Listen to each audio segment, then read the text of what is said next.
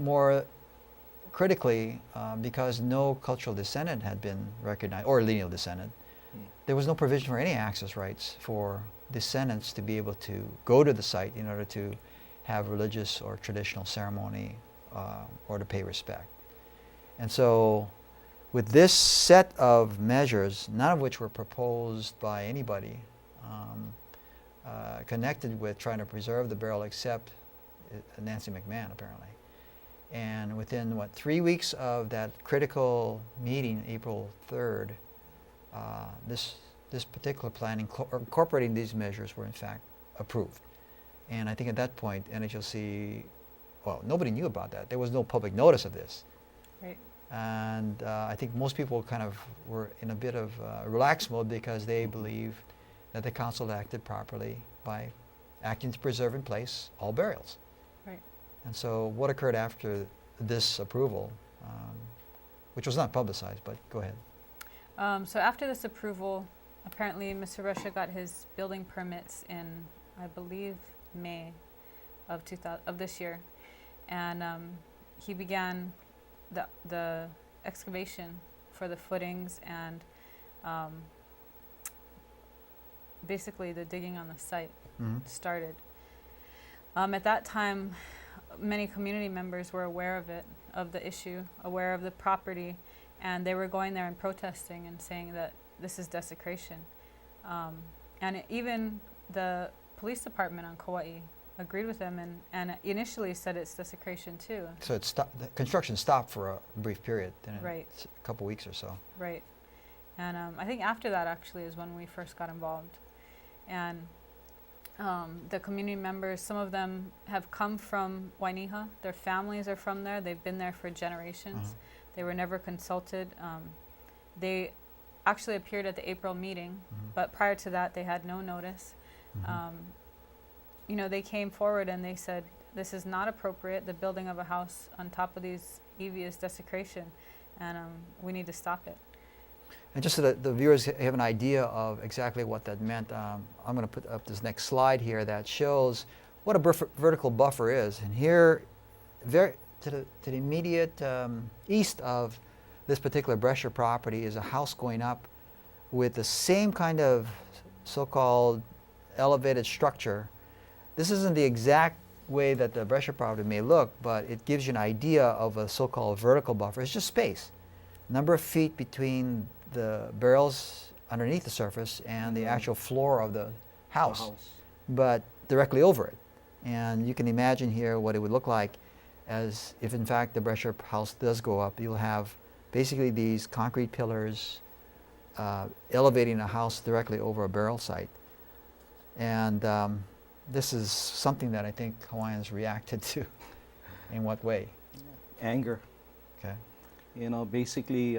Now they realize there's a burial treatment plan that sanctions this. Yes, and you know, access to the cultural site, the burial site, and so on. You know, of course, it's gonna get the Hawaiians upset. And then if they thought that the preservation in place was going to protect these burials, what do you think seeing this kind of measure being put into place meant to them, the Hawaiians? It meant, you know, basic slap in the face. You know, to be honest. Yeah. You know, they thought basically the burials were going to be protected, and in fact, it's, you know, we don't know what you know, the future is for that particular place. They might use it for like storage or, you know, driving their car underneath. Who knows? You know, I mean, that's disrespect. Okay. In essence, basically, construction proceeded. Unfortunately, trenching and a certain amount of pouring occurred. And I think at that point, NHLC was able to file its lawsuit and ask for temporary restraining order and preliminary injunction. What happened with that? Well, we came for, first of all, our temporary restraining order was denied. And as we later learned, it was probably because there was already trenching done. And from many people's perspective, you know, once the trenching and the digging has stopped, you know, whatever possible desecration could occur is done. From a Hawaiian perspective, that's definitely not the case. You know, the fact that the house would be built upon it meant there was still harm to be done. However, that was denied, so we were given a hearing for the preliminary injunction. Well, let's just give the viewer a little idea here of what it meant to have these foundations already there. In this, basically this plot plan that you've seen before, the circled burial there, number 9, shows one of those 6 iwi kupuna that were affected by this plan. And you can see that it's right up against the drawings showing the footings. And in fact, this is what it looks like today. This is a basically a stone mound that was placed there to so-called protect burial number 9. And the footing that's laid there is just immediately adjacent to it. And this is one of the burials that I think Nancy McMahon said was not going to be under the footprint of the house. But the question in my mind then became, seeing this, does that really matter if you saw this next to the house?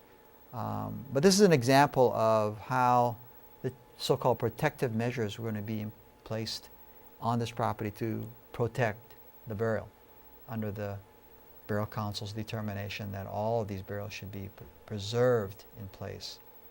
I don't know, Leonard, does this look like preservation to you? Looks more like desecration over desecration. Yeah. Okay, so what happened, Camille, during the set of hearings that occurred? Well, I should maybe, let me back up a little bit. There's a second burial that was one of the initial 7. There was a restructuring of the plot plan that took the garage and shortened it so that burial number 30, circled here, lay outside the footprint again. And again, as a protective measure, this is what was done. Both of you Hawaiian, what do you guys think of this protective measure? This will be the driveway, by the way, along the eastern boundary of this property, now depicted by that black fencing. I think it's hell. I don't know, if you drive your car over Punch Bowl and you only pass the grass right next to the burial, is that protecting the burial? I mean, we have to give something that people can relate to, and Flat out desecration. I mean, you drive right next to the headstone, is that protecting it? Okay, so maybe go and tell us what happened with preliminary injunction motion that we heard before Judge Watanabe. So that took place in August. And September. In August and September, because it was continued. But we actually had Dr. Michael Graves, who is now at the University of New Mexico, but he was at the University of Hawaii for 23 years. And for some reason, we couldn't get him qualified as a Hawaiian archaeologist. He was qualified as an archaeologist, but there seemed to be a distinction between Hawaiian archaeology and archaeology. And that was really difficult for us because he wasn't able to testify on anything specific about the property, and namely the fact that it was a cemetery in Hawaiian culture. And so the other side's archaeologist, Mr. Dega, he was able to testify along with Ms. McMahon that from their opinion, their expert opinion, and he was, by the way, qualified as an expert in Hawaiian archaeology, even though he was a student of Dr. Graves. Dr. Graves was one of his teachers, and yet only Michael Dega was qualified in Hawaiian archaeology. Anyway, they were able to testify that there were 30 scattered burials on this small piece of property, and that